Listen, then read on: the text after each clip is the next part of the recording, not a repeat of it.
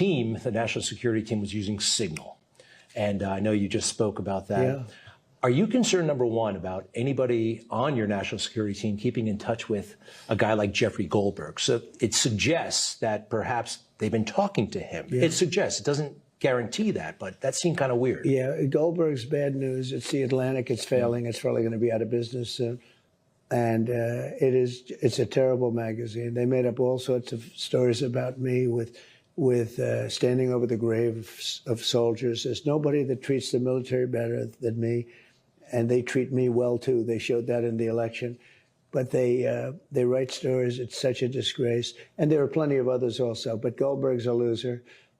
His magazine's a big loser. Now that Trump and Greg Kelly got the standard character assassination out of the way to skirt responsibility for sharing war plans with a journalist that they hate, it's time for the incoherent bullshit excuses. And what it was, we believe, is somebody that was on the line with permission, somebody that was with Mike Waltz, worked for Mike Waltz at a lower level, had, I guess, Goldberg's number or called through the app.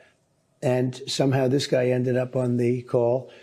Now, it wasn't classified, as I understand it. There was no classified information. There was no problem. And the attack was a tremendous success.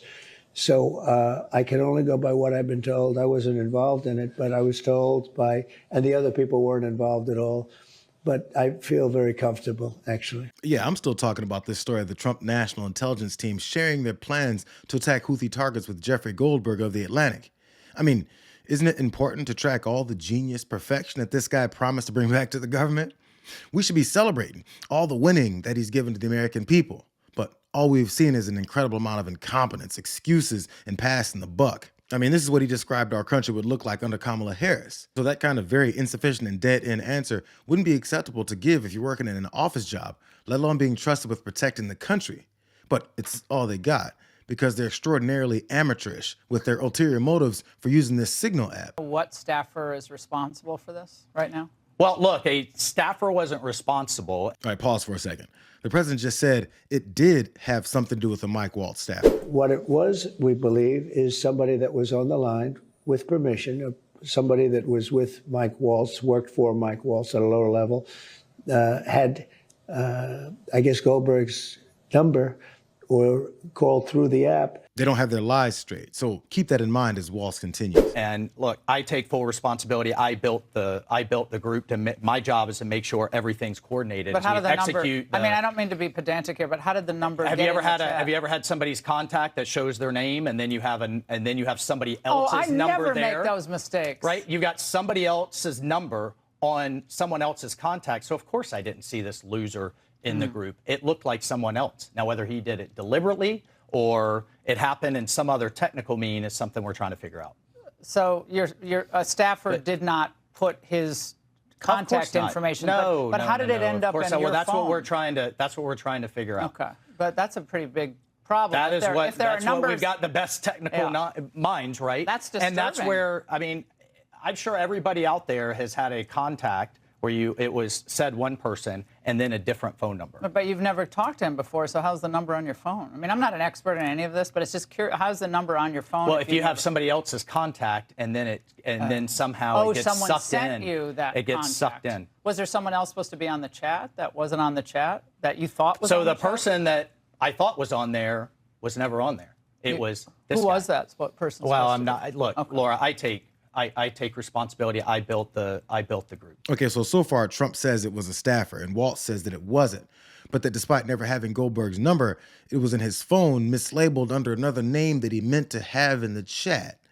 What kind of coincidence is this, where the name of the guy that you wanted, whose name you don't want to reveal, is magically connected to this journalist's number that you despise? No, none of it makes any sense, and neither does the rest of what he's saying. How did a Trump-hating editor of The Atlantic end up on your Signal chat?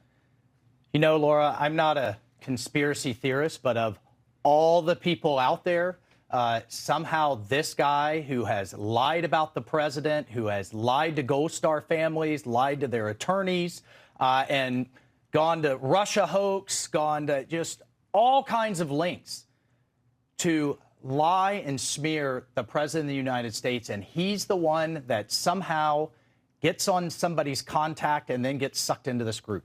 We're going to get to the bottom of it. I just talked to Elon on the way here. We've got the best technical minds looking at how this happened. But I can tell you for 100%, I don't know this guy. I know him by his horrible reputation, and he really is the bottom scum of journalists. And I know him in the sense that he hates the president, but I don't text him. He wasn't on my phone. Notice these cowards keep on hiding behind Elon Musk, somehow not realizing that Americans hate his ass, but they're too detached from people to figure that part out. So it's been a day and a half of a lot of talking that hasn't resulted in any real answers, only vicious attacks on the guy that they brought into the chat group themselves. Caroline Levitt added her name to the clown card when she posted, "The Atlantic has conceded. These were not war plans." This entire story was another hoax written by a Trump hater who is well known for a sensationalist spin. It's important to these guys to spin this chat exchange that they don't want revealed as a casual, unclassified discussion about operational plans to surprise attack this Houthi group, hoping that people will somehow believe it. But Levitt must have forgotten that Jeffrey Goldberg can speak and will. Jeffrey, does this seem like they're parsing the difference between a war plan and an attack plan? I don't even know what that means. I mean, the plain language in the text is, well, yeah, what are they arguing? That an attack is different than a war? They put operational details of a forthcoming attack on a terrorist organization into Signal, into a Signal chat that included phone numbers that they didn't recognize. I don't even understand what that means. They're talking about attacking and killing terrorists using various weapon systems.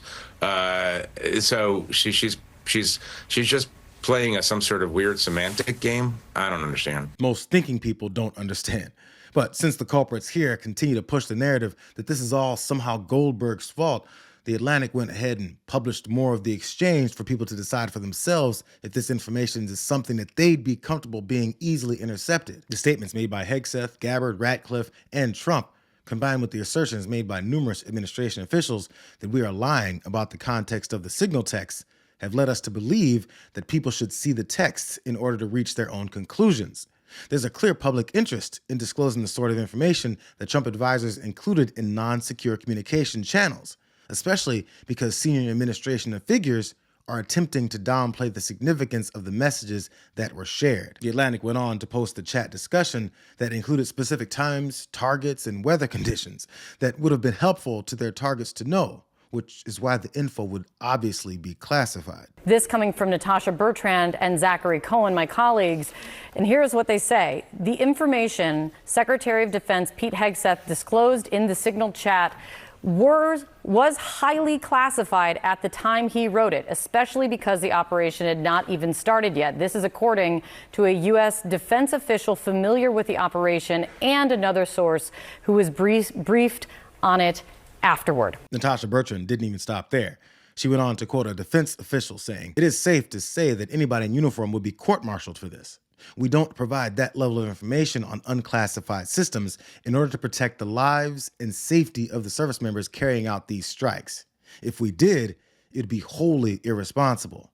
My most junior analysts know not to do this." You know, all this is simply a glimpse into the failures that this administration of unqualified clowns takes part in on a daily basis. When your entire objective is to enrich yourself and your friends and seize as much control over Americans' lives as possible, there isn't any room for honesty, accountability, or concern for the damage that they're doing. It's literally a group of people working against the interests of the country with no intention of accepting responsibility because they don't believe that they work for or owe this country anything.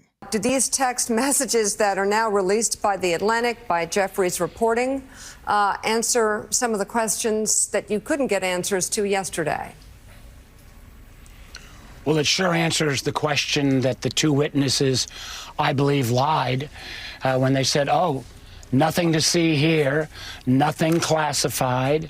One of the witnesses tried to hedge a little bit later about, well, this may be defense classified, but you would have to be an idiot not to understand what Jeffrey just laid out is at a huge classification level, that if it had fallen into enemy hands and the Houthis had been able to realign their offenses, American lives could be lost. And the reason why I say it's a pattern the first 2 weeks of the administration, they inadvertently released the names of 200 new CIA agents.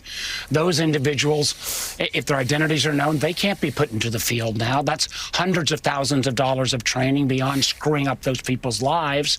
There's not a day that goes by that you guys don't report another one of the Doge boys in one of our classified agencies giving up personal information. This is a pattern of sloppiness and incompetence that I think reflects this administration's approach, at least towards sensitive information.